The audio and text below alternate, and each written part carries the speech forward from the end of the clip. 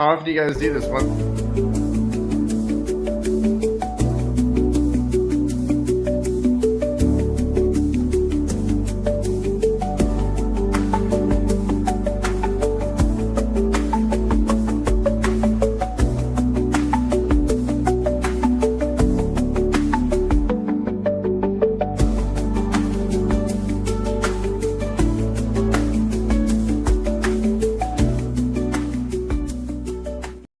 So that wasn't on purpose, KJ.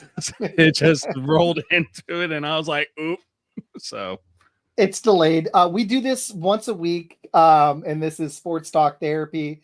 I'm Isaac with Fun Football Podcast. I have a show on Friday nights. Med has his own shows, shots from the sideline on Thursday nights. But we do this together every Monday. But this is our last one. We're gonna do a draft special on Thursday, and then we're gonna take a hiatus, and we'll be back in August. Oh wow, okay. You'll still see me on Twitter. You won't even know. You'll still see me in your comments all the time. But yeah, so that's what we got going on. But very excited. We've got a big guest on tonight. We're gonna talk Packers draft, and we're gonna talk Bears because we got a resident Bears fan and a little bit of NFC North. But we got KJ from Ike Packers. How you doing, man? Doing good. Thanks for having me, guys. Yeah, it's been a long time coming, so happy to join the show and have a good time, talk some pack, keep it real with the fans because that's what they deserve. Exactly. And appreciate you having me. Thanks, man. We appreciate it. Janae's over here saying the 3 most hated words in the NFL. Go Pack, go. Go Pack, go. I'm just playing. So we both listened to a couple of your last shows. I've listened to several of them, but on the last couple, you said you and Alex both said some stuff that resonated with me as a Packer fan. That the draft's in Green Bay, which is extra exciting. I wish I was going, but off of that, which I want to ask you some questions about that because it's the first time it's ever happened. But I've got a lot of questions for you, but what are you most hoping for this week? Is it a number 1 receiver at 23? Is it an edge rusher? Is it, I'm hoping you don't say an offensive lineman for the love of God. No, if we draft another offensive lineman, you won't, I'm going to be upset. What are you hoping for with the number 23 pick? Man, the thing that would make me the happiest is if we got some news that they swung the 23rd overall pick in a trade for Trey Hendrickson. Because that's really, we're not one draft pick away from getting to where we need to be, and that's a Super Bowl, or even just being a Super Bowl run, Super Bowl contender. Like, give yourself a chance in the NFC Championship game. And I agree with this guy, Queen of Premier, that we do need a receiver. If you look at the receiver room objectively, Packers have serious work to do. There's nothing there to get excited about. There's really not. I think they're trying to prop up these basically just like all of our guys, objectively speaking, and not one of them is really nothing to speak about, frankly. We don't have any 1,000-yard receiver. I think the one special pass catcher we do have is Tucker Kraft, but he's like a tight end, so we need him to do as much dirty work as possible. Yeah, okay, so let's just say we drafted Emeka Egbuka. Let's just say we drafted Matthew Golden. Those would hype me up because I think we'd actually have a shot at getting some value. And maybe if we add a talent in the receiver room, it would actually whip the other boys into shape because they have a different perception of how good they are than we do. I agree. They think they're all the ones, but and I have to admit, I was buying in a little bit. And then shame on me. But you have to be willing to keep it real and just say they could be number 1s if they basically focus and put in all the grind that maybe more competition being injected in the room would bring. Another deal we floated out there, maybe it's a 2nd-round pick gets dealt. I don't know how this trade package would be looking. But if the Packers did a package deal, Tyreek Hill and Jalen Ramsey, everyone wants to act like, oh, no, watch. Just watch what would happen. They're not. That would be the move. But if we actually want to go to the Super Bowl, we've got to take some chances. Clearly, the method hasn't worked. We haven't been back there, 14 years? I think it'll be 15 this year. That's an atrocity. And the receivers are too comfortable, Queen of Premier. I agree with you. They got high on their own supply, and that's something you can't do. High on their own supply. No, I agree with you, because even if we like magically we draft Igbuka and he's 1,000-yard receiver, we still have a pass rush problem. We have to. The only way we're going to be like a true contender is if we landed a number one receiver and a number one edge rusher. We still have other needs too, but we would have to get both of those, and that is very unlikely to happen in one draft. And even if it does, they're probably going to take 2 to 3 years to develop, anyways. So here's I'm the with other you. thing. We're not even talking about cornerback as a need, right? Because that's a tough one. It is, because it's like, is Alexander going to play? Like, you remember the old era when we had like bodies back there. We had random bodies, and we were just Rodgers would go and get us a lead, and then we'd be shredded like twice as fast. We don't want to go back to that. I think it's been a little bit of enough time where Packers fans might might be like distant memories where the events of current have kind of like overtaken those memories, just because we've had a pretty solid secondary for a long time. Whether you combine like the safety player or the cornerback player with Ja back there, it's like a big juicy name that you can be like, oh, we're set. But it doesn't appear to be the case anymore. If you saw those two needs, number one receiver and Jalen Ramsey, obviously you got to restructure some cap, and then you swing the first for the pass rusher. Like, maybe you get trade the second. I don't know what that deal would look like, but clearly those guys are not at the peak value. Maybe you have to add another pick in there. Maybe it's like a second and a fourth or something. I'm not saying the Packers are going to make any moves, right? Because we just don't make trades like this. But if we're actually serious about winning a Super Bowl, they've got to do something besides draft random guys like Jordan Morgan. It's painful. Yeah. I don't know what they're doing. I've been so optimistic. I've been so optimistic on our management for a long time, and I've given we've been very, very, very positive throughout the saga of Ike Packers, but we've also just been critical and keeping it real when they need to keep it real. For example, when Rodgers was winning MVP, we were tooting his praises. We're kind of gassing him up like he deserved to be. We're just kind of laying the stats. But when Ryan Rodgers was dropping off, we were kind of saying, hey, do we need to look at this and maybe make a change or something? So, right now, I think the sentiment from me at least is just like I don't really buy into our management anymore. I don't really buy into our coach. I try to be optimistic because they're here, right? So it's not like those guys are going to be like gone tomorrow, but they lack accountability. It's like we're such a pretender, and it hurts me to say that because the Packers have been Super Bowl contenders for so long. If you judge by the regular season, why have we only been to one Super Bowl in forever? That's said this. And no one seems to be talking about it. Like, no one seems to care because they're too afraid to offend, someone they think they have access to. It's like, it's just hilarious to me, bro. It's like our team has such obvious shortcomings. It's we got to do something. Otherwise, we're just going to run on the treadmill again. We're just going to run on the treadmill.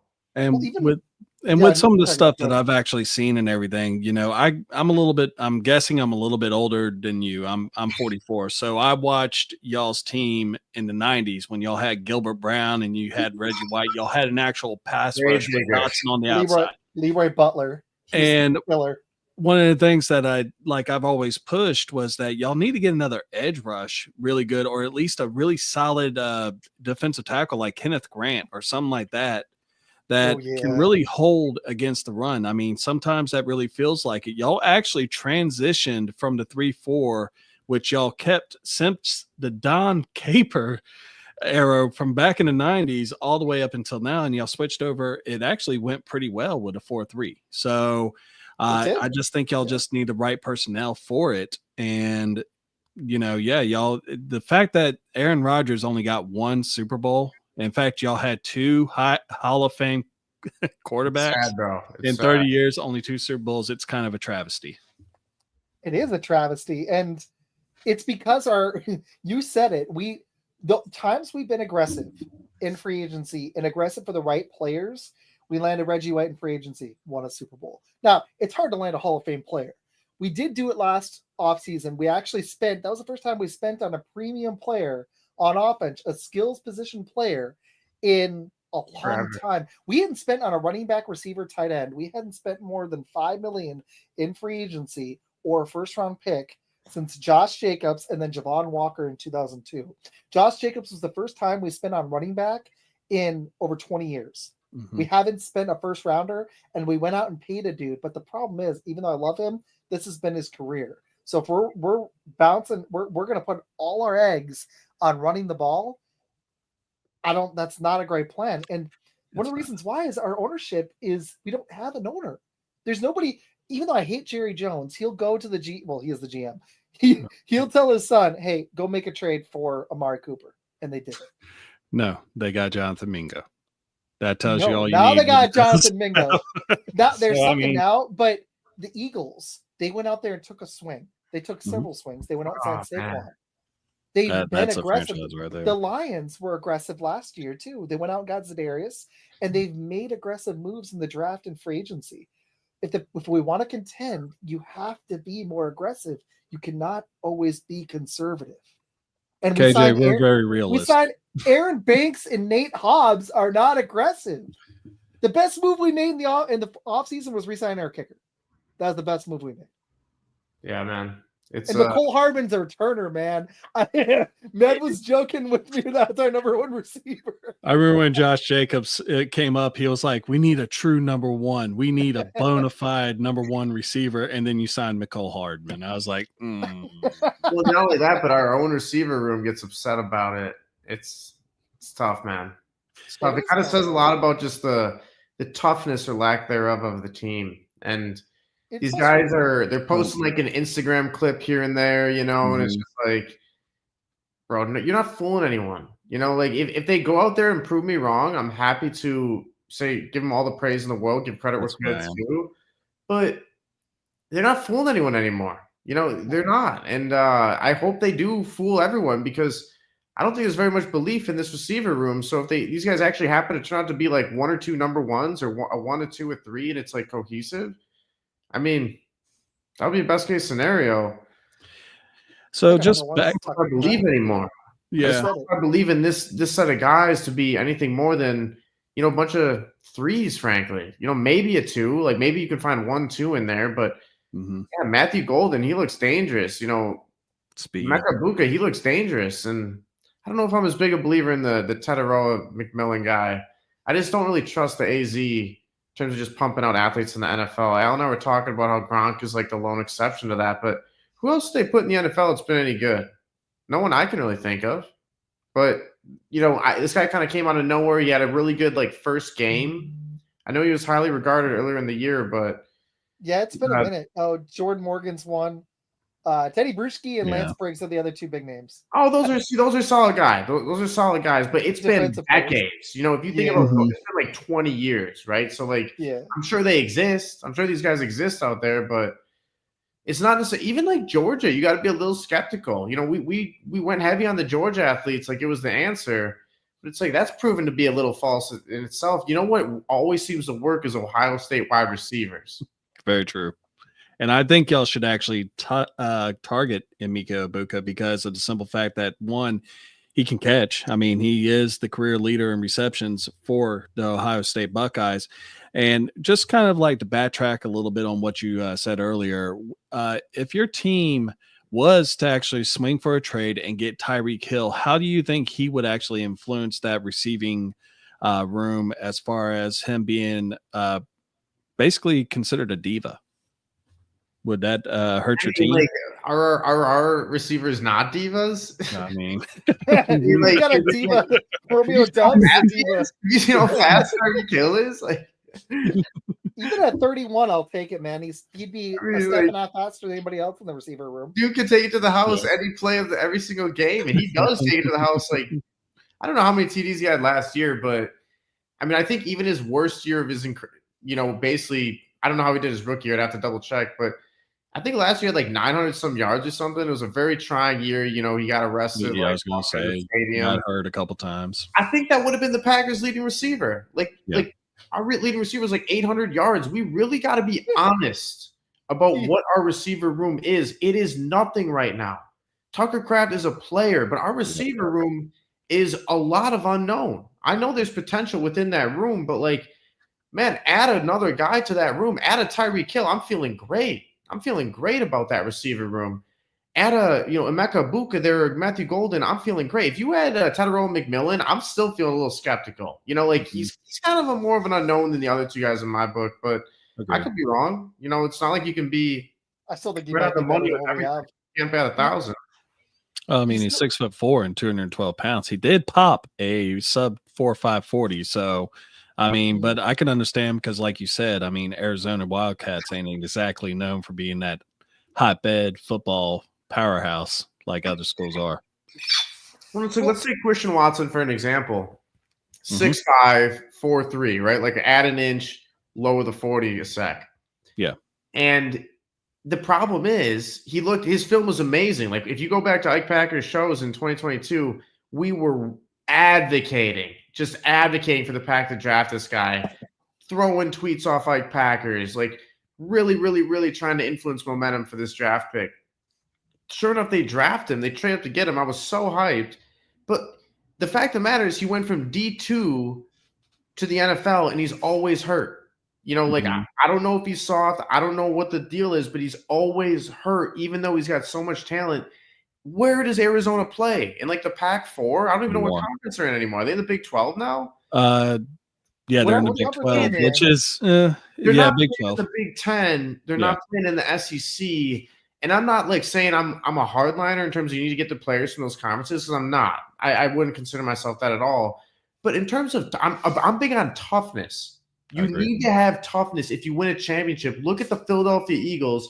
Look at the Kansas City Chiefs. Look at the Tom Brady-led Patriots and Buccaneers. I mean, even look at the teams the Packers won. When the Packers won their Super Bowl, Brett Favre was super tough.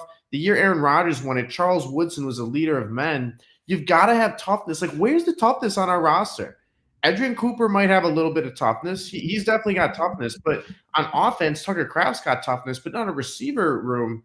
I don't know if he's got. I don't know if there's any toughness in there. I think Tyrone McMillan. I don't think he brings the toughness, because if you look at Matthew Golden, he actually was at Houston.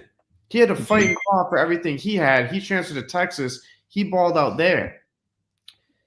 You look at Emeka Buka, he had to compete with the best of the best. He was a little injury prone the year before. That's my concern with Igbuka. I'm like, after Watson, I don't want to get another injury prone receiver. That's my only concern with Igbuka, but I see potential number one ceiling at least with Igbuka. So in terms of the injury, it's like I don't study his like Ohio State career. I've been on he's been on my radar for a couple of years now because he's Ohio State draft prospect. So I've known all about this guy, but it's not like I'm keeping up with like what is his injury. What is his injury is.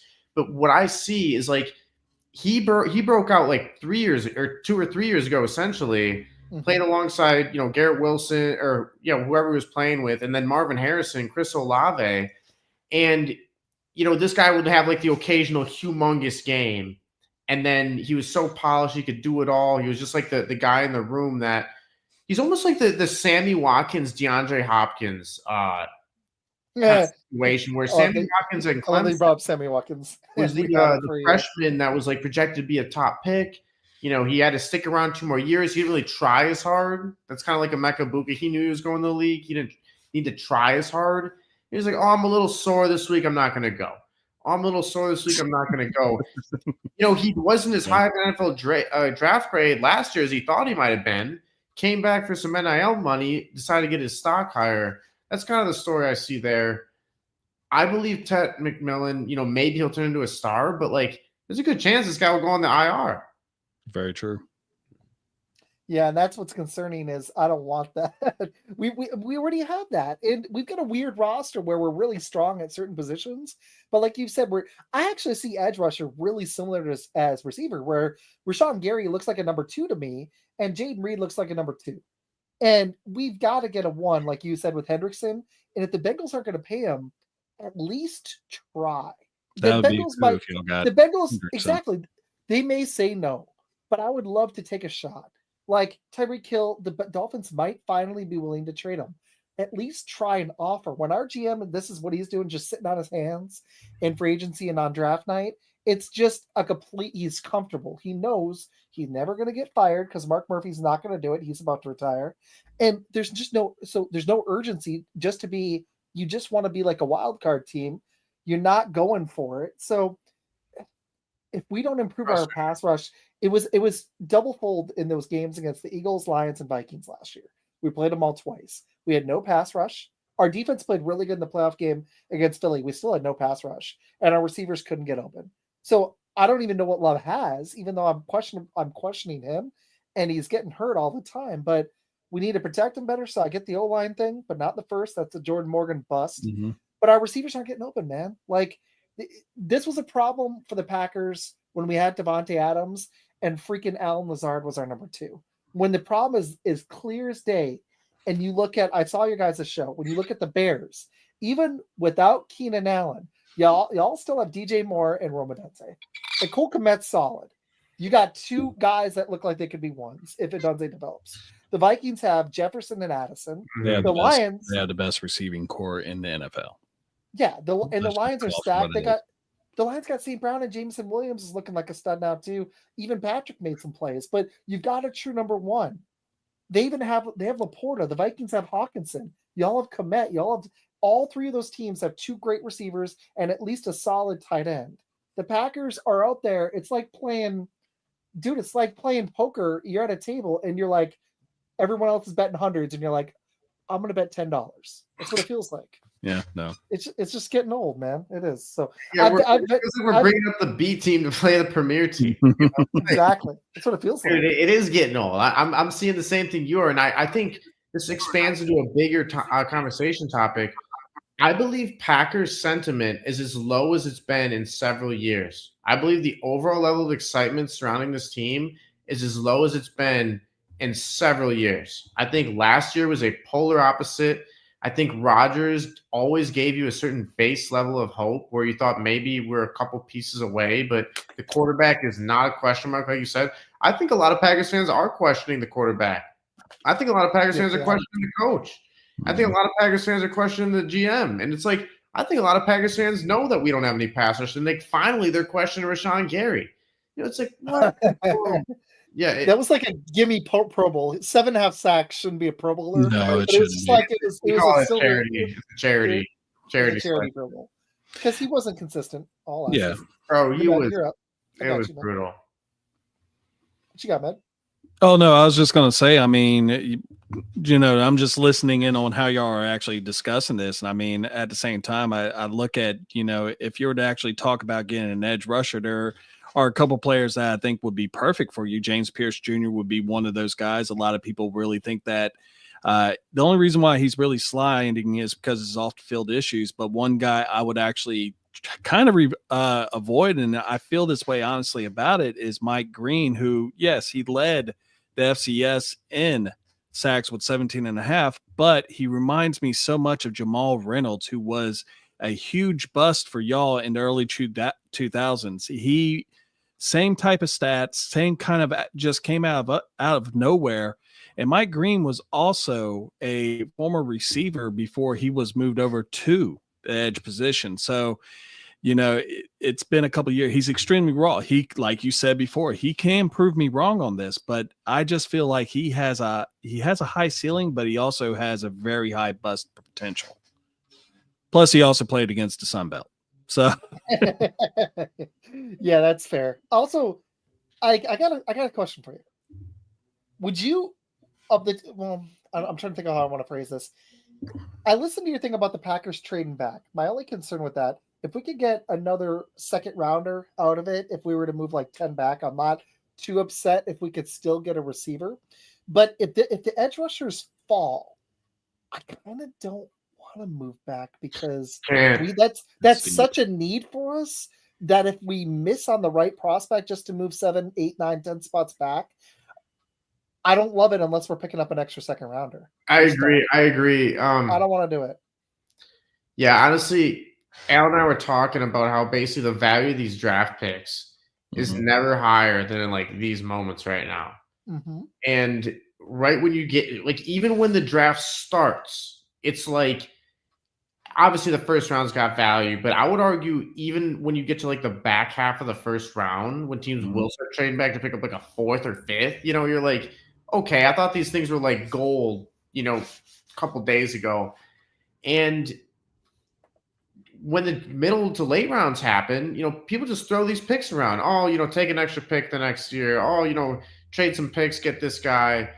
And we've got to almost like maximize the value here because pick 23, it sounds so juicy when you think about the prospect of a guy falling. But when the board always shakes out and you end up with a Jordan Morgan, you're just like, oh, gosh, you're like, is this guy really more valuable than a Trey Hendrickson or something like that? Like imagine like a Garrett Wilson, throw the first for Garrett Wilson or something. Like, no, I don't know. Maybe he will be. Maybe Jordan Morgan will be. But like, no, what are we doing with this signing otherwise, right? Cooper DeJean was there, man. Yeah, the pick was there. It was there. I was actually talking to Isaac when y'all's pick came up, and we're listening to it, and I literally just busted out laughing as soon as I heard Jordan Morgan. I think everyone did. And I was like, oh my God. I said, how did y'all do that? Because I thought y'all were going to get Cooper DeJean. And when I did the mock drafts, I always went with Cooper DeJean. And now he looks like he's going to be a superstar for the next 10 years. And normally the one draft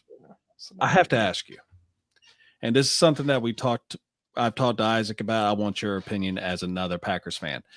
Your GM has a history of drafting multiple players in one position. Last year, you got 3 safeties, you got 2 linebackers. Hopper, I think, is decent, but you don't really get to see him too much because you're kind of loaded at that position. And then you drafted two tackles, I believe, offensive tackles. Am I correct on that? We drafted 3 safeties. Oh, I could pull up last year's draft class. Didn't we draft a bunch? We loaded up at safety and linebacker last year. Yeah. Teron Hopper. We got okay, so yeah, we got that's third rounder. We got Cooper, we got Hopper at linebacker. At safety, we got Bullard, Williams, and Oladapo. And then we loaded up on offensive line too. Adam's dropping a GPG for y'all. Y'all can go ahead and say that back to him. I'll just close my ears for a second. I mean, he totally was. It was such a Goot. Somebody else should make our first round picks other than Goot. I don't think he should be allowed to. Like more of them have been busts than hits at this point. I mean, it sucks that y'all don't have a true owner, but at the same time, I like the fact that y'all are a franchise that is owned by their own fans, and that is really what has kept that franchise in Green Bay, to be honest. I've got one. I need to get it out. We actually had an issue one time where the Chicago Bears were talking about moving to Gary, Indiana. We didn't take it serious. We were like, yeah, okay, sure, you're going to Gary, all right. But yeah, no, I kind of like the fact that y'all are owned by the fans. It's a beautiful idea, right? Yeah. It's a beautiful idea, and it probably is best. But the bigger problem, like the owner thing, is a problem, and there's no sense advocating for an owner over the current awesome situation we have right now. The real problem is there's no accountability. Like there's no accountability from certain people in the media. There's no accountability from certain people are afraid to, ruffle some feathers, lose their access, whatever they might think might happen. There's no accountability from Matt LaFleur. There's no accountability from Brian Gutekunst, Mark Murphy, Jordan Love. Like, where is the accountability in this entire organization? No one's perfect. Like, the Packers are going to mess up. The problem is they never really have to learn the hard stuff to take the next step, frankly. Mm-hmm. It's a toughness thing. It's a lack of accountability thing. Overall, it's just an underachieving thing, frankly. And they're too afraid of just calling it how it is. We should have done better with the quarterbacks we've had. Truly. The team building, everything you can imagine, we've underperformed. And it's so frustrating because, man, I mean, there's a lot of dressing up. There's a lot of dressing up. I love him. I don't want Aaron Rodgers back. I'm sorry. He's 42. I don't want him back. Thanks, though. I hope he goes to the Steelers. I do, too. It would just be highly entertaining. At this point, rather than him retire, I want to see what happens in Pittsburgh. I think it'd be if he went to the Steelers, I think it'd be his and Mike Tomlin's last year in the NFL as far as that's concerned in that city. That's crazy that Mike Tomlin's on the verge of getting fired, possibly because of his regular season success. But at the same point, he hasn't won a playoff game in it's going on 9 years. 7 or 8 years. Dang. 2016, I think, was the last playoff win. But the Packers, I mean, Okay, so Med and I have done a lot of mock drafts. I just saw Dante Thornton. I actually really like him. My uncle turned me on to him. My dad and my uncle do a lot of scouting too. They've done some mock drafts with me. This guy is a deep threat. I want to talk about him in a second. Of all the potential picks in the first round, if we didn't have to move, what would be the one that you'd be just absolutely over the moon about at 23? 23. That's a good question. I mean, we could move up or down. I Well, would prefer to move up to go get Golden, but that's my preference. yeah, Golden is one that I've been pushing for a while. I think, Same. a dark horse pick, man. I think it would be the tight end from Michigan.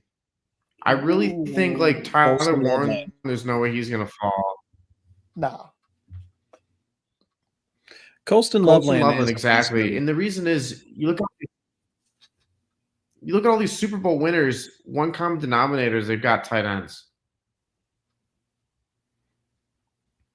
Gronkowski, Kelsey, Kittle on the San Francisco 49ers. There's just good tight ends on good teams. That's kind of they're hybrid linemen. Yeah, and I mean, there's another tight end that I think is really good. That would be if y'all were to actually go with another tight end. That's Mason Taylor out of LSU. I mean, he doesn't get as much play as a lot of people really want to talk about because LSU didn't really have a great season this past year. And he dropped. I had a feeling his internet was bugging out. Let's just keep going. I bet he'll come back in a second. He was starting to buffer. He was starting to buffer. Did you notice? It was like I was like, dang it. Keep going. Just keep going on the tight end. But yeah, as far as Mason Taylor goes, I think personally, I think that y'all are I'm not a big fan of Bill Musgrave, to be honest. Musgrave, yeah. I was never big on him when he was coming out of college. And Tyler Kraft, he is legit. I'd love Tyler Kraft, but since me and you have been talking and everything, because I had Jaden Reed on my fantasy football team, and that was a mistake. It was, I figured that he would be the guy that would take that next step. And welcome back, KJ. Thanks, guys. It was like I saw it buffering, and I was like, "What happened?" All of a sudden, your words were like really gapped. It was like it happens. 3 minutes like that. Sorry about that, but what were you saying, KJ? That's not bad, guys. I think I closed out of the wrong window on accident. It happens. No, it's all good, man. We were talking about tight ends. He was on. He likes Mason Taylor. Yep, I agree with you on Colston Loveland. I wouldn't be upset about it. It's just weird because I actually kind of like Tucker Kraft, but it would add another wrinkle to our offense if the receiver isn't there. Everybody likes Tucker Kraft, as they should. He's one of the few pieces we have. He's one of the few untouchable pieces we have. Everyone should love Tucker Kraft, but what about two? What about two? Like, if we don't get the receiver, I mean, that's why we got to trade this pick. We got to try and get Trey Hendrickson. We got to try and get a Garrett Wilson, a difference maker, someone. Sorry, Matt, go ahead. I was going to say there was 2 balls that should have been 100% touchdowns that Bill Musgrave caught last year, and he literally stopped in the field to actually catch them. And one of them, that was 2 years ago. But, I was telling Isaac, I was just not really impressed with Bill Musgrave coming out of college. But like what you're saying right now, I kind of like the idea of y'all getting a second tight end and kind of do what the Patriots did when they had Aaron Hernandez and Gronk on both sides, because that's a really tough matchup right there. And if you were to get someone, say Colston Loveland, because I think Tyler Warren is going to be gone around the 10th pick. So that's a hell of a second prize, though. That's what I'm saying. Just to think outside the box, because the draft always, you never know what you're going to get. It's kind of like the box of chocolates thing. And it seems like there's a tier drop off after the elite prospects. It's what more and more chatter, it's kind of consensus, but we don't really know what's going to happen, I guess, until these guys get on the field. The problem is now it's like all these guys have like YouTube channels and stuff. So even Cam Ward, the number 1 overall pick, whereas 10 years ago, they'd be like, hey, why don't you focus on football? he's like vlogging in his spare time. Shedeur Sanders is vlogging in his spare time. I was talking to an Alabama guy the other day, and he was telling me that Ryan Williams, their unbelievable receiver, or whatever his name is, he's like obsessed with his off the field stuff. And so it's like now we're in this era where like that's almost like if you can find the diamond like Tucker Kraft, who's just like, hey, I'm gonna work hard, I'm gonna flip the tires, I'm gonna like put in work, and I'm not gonna like post these fake Instagram videos, to make it seem like I'm putting in work and then underachieve. Like you could actually see in year 1 to year 2 that Tucker Kraft put in work in the off season. And he's one of the few guys who actually we were talking about this as a theme on Ike Packers. There were so many players who regressed in the last season. Little guys like Carl Brooks, Rashawn Gary, the receivers, like all the receivers regressed. Jaden Reed went, he had a pretty good start to the year, but what happened to him in the second half of the year? Dobbs regressed. Watson was pretty much regressing. Melton was a no name, and Jair regressed. Like all these players regressed besides the imports. And that was their first year, so you couldn't really talk about projection because that we kind of bought them as a finished product, like a brand new car. We're adding this brand new truck and Josh Jacobs and this brand new car and Xavier McKinney, and we don't have to worry if it's going to break down or not perform because it's brand new. We paid top dollar for it. It's not like it's like a used vehicle, so it's just kind of frustrating because you could see Tucker Kraft actually put in that work. You could tell by really just kind of like listening to him before the draft and the pre-draft process. We got to interview him. He was really about that work. He was like, yeah, I got offered a ton of money to transfer from South Dakota, and I actually believe in loyalty. That means something to me. I got values. I got a reason to play hard. My dad died in a tragic crop dusting accident. I mean, it was just green flag after green flag after green flag. And he's one of the few guys who actually progressed from year 1 to year 2. Man, they're hard to find. Those guys are hard to find. No, I agree with that. And go ahead. Yeah. No, Edgerrin Cooper it's funny, our number 1 pick sucked, and Hopper like flashed a little, but it was really when Edgerrin Cooper got in, he started looking great, but it was another rookie, and Evan Williams when he got some time, and Bullard. So we were like super strong at certain positions, but then like our entire receiver room regressed, and our pass protection was really suspect until we had Malik Willis in, because Jordan Love, his mobility was compromised like half the season because of his leg was messed up. So yeah, it's frustrating because I think development's a big thing. Like we were talking about this on the show last night. I think we need to hit this question next too. Yeah, I agree. The Eagles develop their defensive and offensive lines. They get the right guys in, but they have the right coaching and they develop their players. I think this is another element in Green Bay that's kind of lacking. We've had certain positions that have been weak forever. Like it's like, why can't we get a defensive tackle to stop the run? It wasn't until we got this DC, our run, and we switched to a 4-3, our run started to look better, but we haven't had a Gilbert Brown type since BJ Raji. Why can't we like Devontae Wyatt looks okay as a pass rusher, but we haven't had a solid defensive tackle in a long time.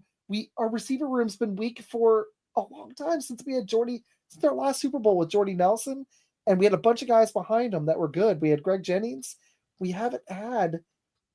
It's just been frustrating, man. Devontae Adams was great, but like, there's a lot of issues in Green Bay. It's a little frustrating, but exactly. You made a great point. It's a deeper thing. It's overall lack of. I mean, I think the leadership's kind of. It's not championship leadership, right? Like the Packers kind of have a good formula going where they can get in the dance, but I don't think anyone really fears Green Bay anymore. I think Rodgers had that with him, and they didn't really fear Green Bay, but they feared Rodgers. Like, oh gosh, I don't think about Green Bay. I think about Rodgers. Understand that. That's like, yeah, no, I trust me. When the guy's sitting there doing his discount double check and saying I own you, my wife looked at me and she's like, "How do you feel about it?" I said, "He's not lying." It was like the Grim Reaper for us. For a while. It seems like Matt LaFleur, he doesn't inspire you to do anything, frankly. He's just like, okay, good job. It's like, dude, what about there we are. Good job. Yeah, exactly. Like, use your participation trophy. And it's just sad, man. I think they need to I'd be shocked if the Packers get any better this year. Honestly, like I hope I don't I'm not super confident in this team, and I wish we could win a Super Bowl because that's like the standard we like to hold is Super Bowls.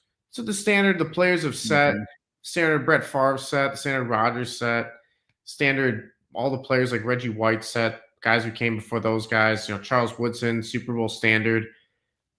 Right now, the guys are just chilling. That's a problem, and no one seems to be willing to call it out. I think a lot of fans see it. It's like, okay, if you got issue here, if your team is always injured every single year, it's just like in the culture. Let's get some more toughness in here. Let's get some more accountability in here. Here's a funny part. Here's some truth for you guys and for all the listeners out there. We're blessed where we actually have a client in the NFL. And he's a tough guy, team captain. And you know what he tells us? He says the only time you are not hurt as an NFL player is the first day of training camp. So whenever these guys are saying they're sore or my toe hurts, my foot hurts, my arm is bruised, it's like the actual NFL players out there in the sport, every single one of them is hurt. Every single one of them is hurt every week. And it's a toughness meet. Like if your foot's broken, you can't run, right? If your arm's like hanging by a thread, you probably can't catch a pass too well or throw a pass. But everyone is hurt every single week. And the Packers seem to have this culture where we're just weak. Our guys are always injured. They're always missing time. It's hard to get consistency. Oh, just wait until so-and-so comes back. Just wait till Watson comes back. Just wait till so-and-so comes back. It's like, wait till we get Marshawn Lloyd next year. It's like, bro, when are we going to start taking this stuff seriously and actually compete for a Super Bowl? Because we got to do it top to bottom. We got to look at how the best of the best operate. And the Packers are so far away from that. It's just, that's something that we see. And I don't know if you guys agree or disagree with that, but. Oh, I agree with that 100%. I call it charm and soft. I think we are going to be really good at certain positions. Like, I think our secondary is going to be good. I think our linebacker room is going to be good. I don't trust our pass rush. I don't trust our receivers at all. And I don't fully trust the O-line, but I don't want to go spend another first-round pick on it. Do you trust the coach? The injury thing is frustrating. I mean, the last time we won a Super Bowl, we had like 23 dudes on IR. But I know Matt had a question for you or something. So a question popped up, and Oh, I like that one. Digging Sunglasses 5, that's what we do. We roll like that. You have all tonight. What's the player in the draft you want most for your teams to take? I'll let y'all go first. KJ, you're the guest of honor right now. Please, by all means. Man, the guy that's caught my eye this whole time has been Matthew Golden. Yeah. And I'm not sure if he's going to bust. I really don't know, right? That's kind of where we're at with these guys. But I've seen his highs, and it was very impressive. It was very impressive. I saw him running a lot of routes. I saw him displaying speed at the combine. I saw him getting in the playoffs as a Texas team, winning. I saw him transferring from Houston, so he's proven he can do it at multiple locations.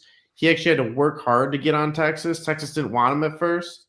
So it's like, man, it's like green flag, green flag, green flag. I think Matthew Golden might have what it takes. And guess what? His last name is Golden. So the gold standard. It's I like Golden. My only concern, dude, is that we'd have to move up, and that's just something Goot doesn't do. I'm not saying we're gonna get Golden, but don't get me wrong. If we could move up, if I don't want to lose Jair, but if we could move up and package a pick for next year or fourth, that's what I want. That's a good question. I want Luther Burden. That's who I like. You like Luther Burden? You think you get him? I like Luther Burden too. I really like him, dude. The one I watched a lot of his. He has a great catch rate. The only reason why he had it down the year last year is because quarterback play. When he caught one and he spun around and the guy broke his ankle, I was like, yeah, he reminds me a little of Jayden Reed, but he might be what I was hoping Jayden Reed would be this year, and he didn't take that step except for in a couple games. So I'm okay with another Jayden Reed if he can be a Jayden Reed plus, because we need a number one that can let Jayden Reed be our number two, which is what he is. He's a number two. unless he takes a big jump this year. Dubs ain't going to do it. He's too much of a whiner and he's injury prone. And Dontavian Wicks drops too many passes and he doesn't. As decent as he is at getting open, he's at best a number 3. I don't see it with Wicks. I just don't. And Bo, he was completely absent last year. So we got nothing else. Christian Watson's probably going to miss the whole season. So at this point, I think we need 2 receivers. And I really like Thornton in the 4th round. Or if he falls, I like Ty Felton a lot. I think we should go get 2 receivers and do a goody draft and load up at the position and see if one of these guys can develop. If they're not going to be smart enough to go trade for a guy that's available or go take a flyer on Amari Cooper, even though he looked washed last year, but the year before he was great. If they're not going to go sign a real free agent because we just refuse to do it, let's load up in the draft and see if we can fix the problem that way. Because that's the only hope I can have. We don't sign guys. We don't trade for them, so we're stuck. Med's loving this. Yeah. I don't like your idea of loading up at receivers. It's almost like gladiator tag team, right? Where you got like the early veterans and like the new guard, and you push know these guys, man. Like some greatness is going to come out of it. I actually like that idea. Fun Packers Podcast. That's a good one. Thanks, man. I think we go get. This would be my dream. We get Golden if he's not available. We go get. They're not going to do this. Trey Hendrickson? Garrett Wilson? Oh, I would be if we went out and actually traded for a vet and then got one rookie. Our problem would be solved. But if we only draft guys, here's the names I like in this order. I like Golden. Golden and 10 aren't going to be there, so it's probably a pipe dream. I like Luther Burden or Igbuka at 23. I like Jaden Higgins in the 2nd round a lot. And then what do you like about him? He looks like a 10 plus, but I just like that he's a bigger target. I think he's got a good catch radius. We need a guy with speed. Higgins was like 4.47, so it's not lightning quick. What I liked about him was I feel like he can catch those contested passes for us because Dubs always misses time. So you got your favorite red zone target gone because Dubs is Jordan Love's favorite red zone target. So it'd give us a bigger body in the red zone. And I just, if there was a guy outside the 1st round that could develop into a number 1, Higgins was one of my top prospects because he'd be probably in that 40 to 55 range if he falls. What do you think about this 6'5" guy out of Tennessee? Is that Thornton? Yeah. See, what I like about him is I think he'd be a good late pick because he's just explosive, man. I saw you listed him 4.3 40, 25.4 yards per catch, 660 yards, 6 TDs. So he's never like had amazing production, but he would replace that Watson component that's gone. My uncle thinks he's the only guy we need, but I disagree. I think he'd be our deep threat. If we could get him in the 4th and get another dude in the 1st or 2nd, we're starting to solve our problems a little bit. At least. What do you think about this Amos guy? Ooh, that one. Med, I have not caught that guy. Well, so this Amos guy out of Ole Miss, someone was telling me how. Oh, Amos. Yeah. The Packers receivers, they only do well against zone. And when you look at the plays they run against man, their ratings are super low. And I haven't personally verified this myself, but he was onto something. And so the guy he specifically told me to dig in deeper for, which I did, this Amos guy out of Ole Miss, he seems like he's got the measurables, and he seems like he's also effective versus man coverage, which, you know, when it's kind of push comes to shove on the biggest play of the game, they're probably going to put you in man.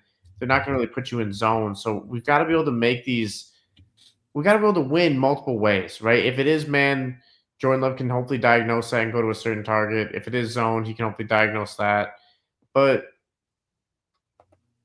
yeah, I mean, I would love to get this Thornton guy. I think I would prefer him just because I love the measurables. Like 6'5", 4'3", played in the SEC. Tennessee was in the playoff, meaning they had won some games, right? He had the quarterback that was all over the place that just went to UCLA. So it's not like he had the perfect, Joe Burrow throwing to him or someone really good in school throwing to him like a Dylan Gabriel. So there's upside there. There's untapped upside, in my opinion. You got to swing for the fences. Like, what if we went for a James Pierce or a Donovan Iziraku These pass I'm rusher okay guys with those.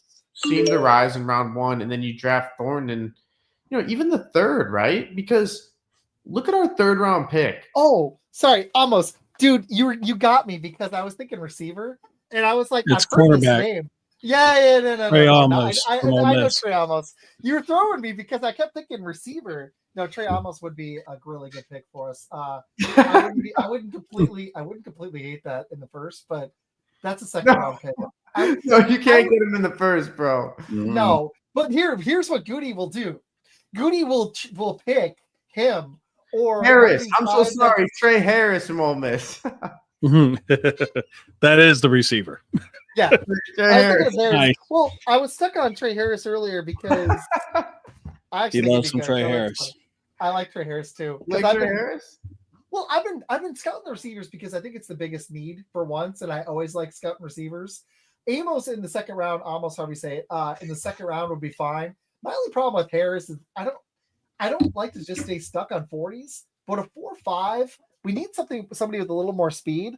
But we really need more than anything is we need a number 1 who can draw attention and let our Jaden Reeds and Romeo Dubs and Dontavian Wicks of the world actually operate and get open. Because right now, why we're struggling is a team that has a number 1 corner. Guess what they can do? Whatever guys having juice that game is getting open, shut them down. And then we don't have the other guys that can get open. And when you run into a Philly, their entire secondary is elite. So guess what? Nobody gets open. It's the same problem we used to have when teams would double and triple Devontae Adams, and we didn't have another guy that could get open. Now, I still blame Aaron Rodgers for his last playoff game because when you have Aaron Jones at his apex and Devontae Adams at home, you got to score more than 10 if you're a Hall of Famer. But they double stacked Devontae. They just doubled and tripled them all game. And Al Lazard can't get open. He just doesn't have the speed. Nah, brother, just Wisconsin. Almost is a stud, by the way. There was a good Bears question, man. You want to talk about that, Ben Johnson? Well, the Bears are getting better. I got a couple minutes here, so do you guys have any final thoughts? I will say the Bears are making moves. It's more than we could say, and I'm not as down on the Bears as everyone else seems to be. Like, I think that's more projecting. Packers fans may be projecting their own uncertainty.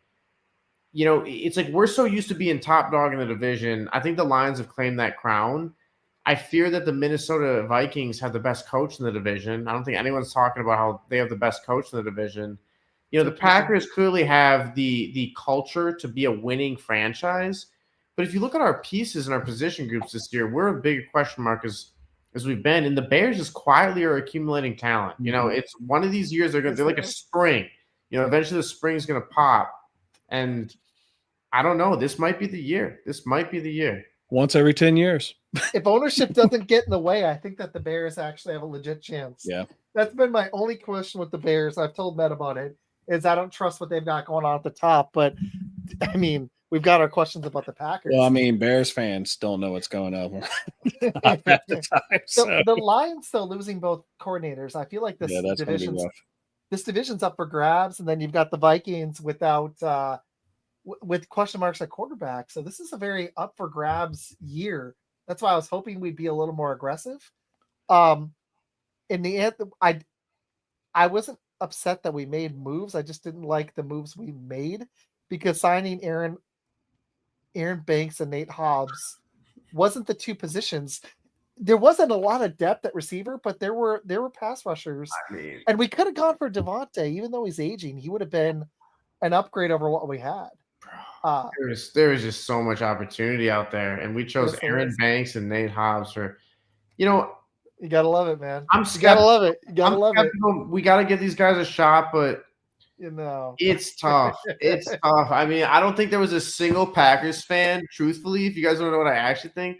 I think when that news broke, I don't think there was a single Packers fan who was like super hyped. You're like, oh, Aaron Banks, let's go. It's like, come on. I was happy that we made a move and that we needed a lineman. But when I found out how much we paid him, I was like, okay, if that's our one of 4 moves in the next 3 days, I won't be too upset. But then I found how much we paid him. And then we went after Hobbs and we gave him $12 million a year when he probably should have gotten about 5 or 6. And Banks should have probably gotten about 10 and he got like 17.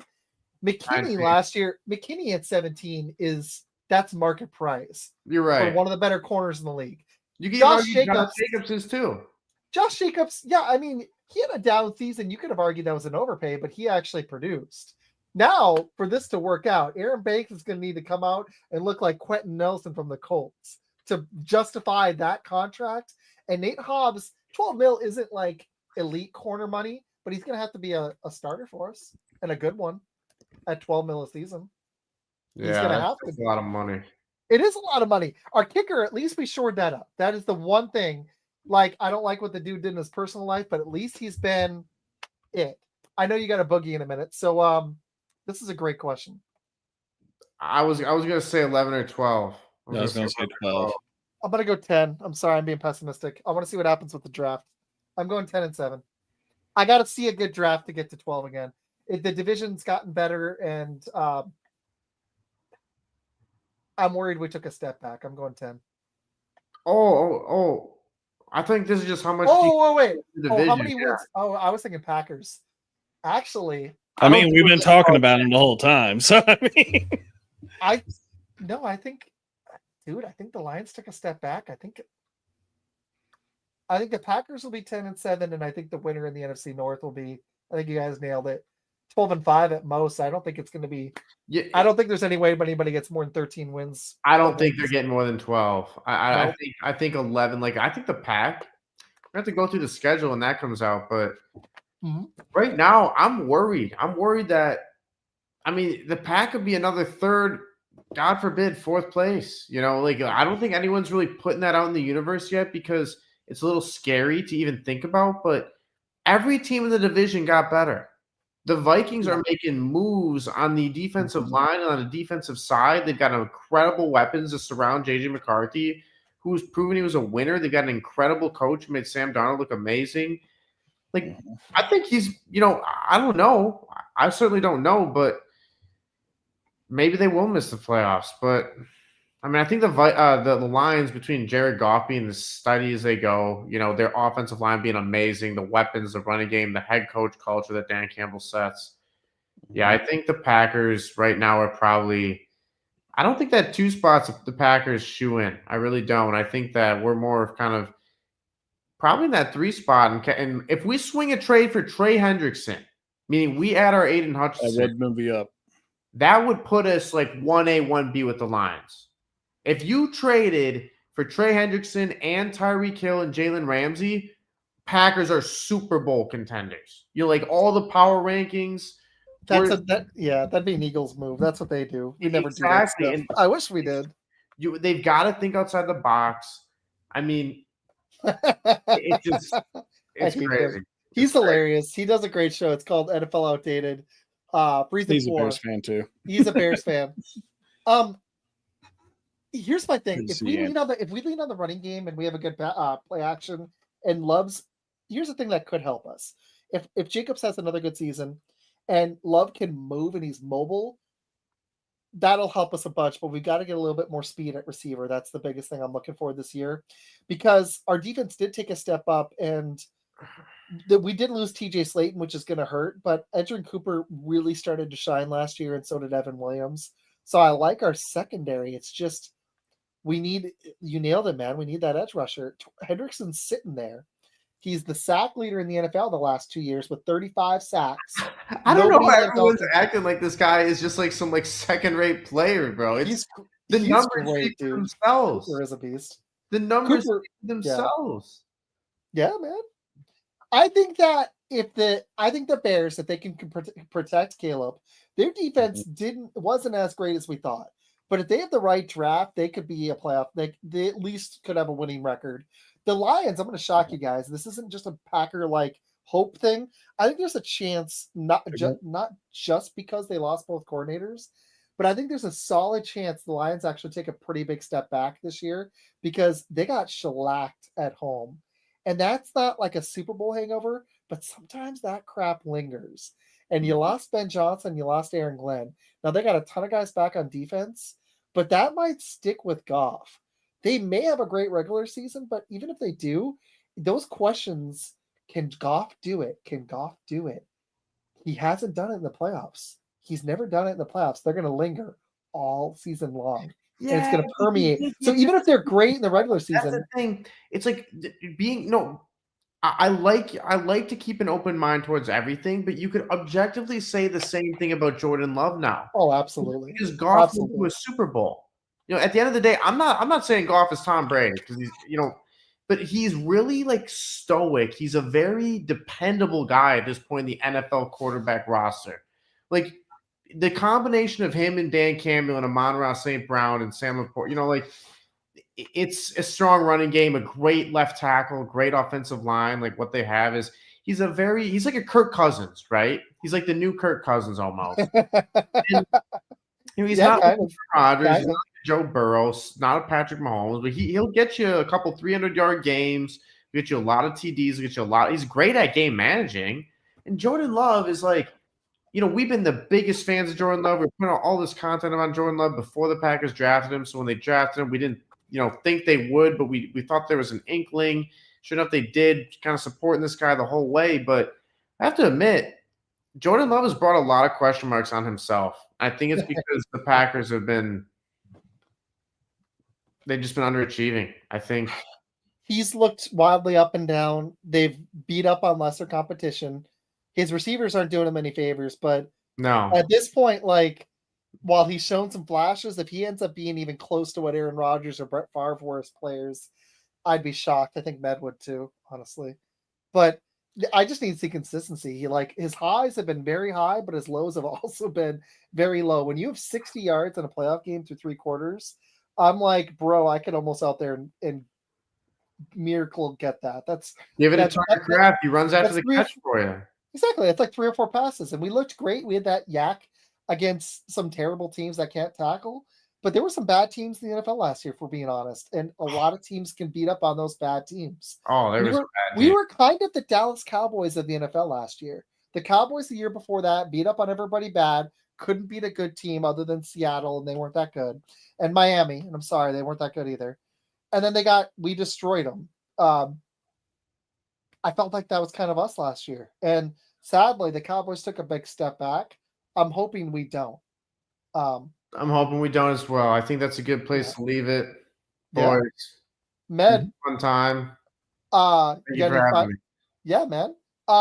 Really quick, can you tell everybody, because I know you got a buggy, can you tell everybody, I know you've got a big Twitter account, can you tell everybody where to find you and I should have done this at the beginning, but sorry, I got excited. Can you tell everybody where to find you, your Spotify, what you guys got coming up, socials, all that stuff? Yeah, guys, just search Ike Packers, IKE_Packers, or if you just search Ike Packers in there, you'll find it. Apple Podcasts, Spotify. Want to check out the music stuff? You can do that too. Just type in IKE space music. Want to hear what Al's working on? Ika Music, all sorts of stuff out there. Basically, we don't get paid in the sense where we're beholden to the Packers organization.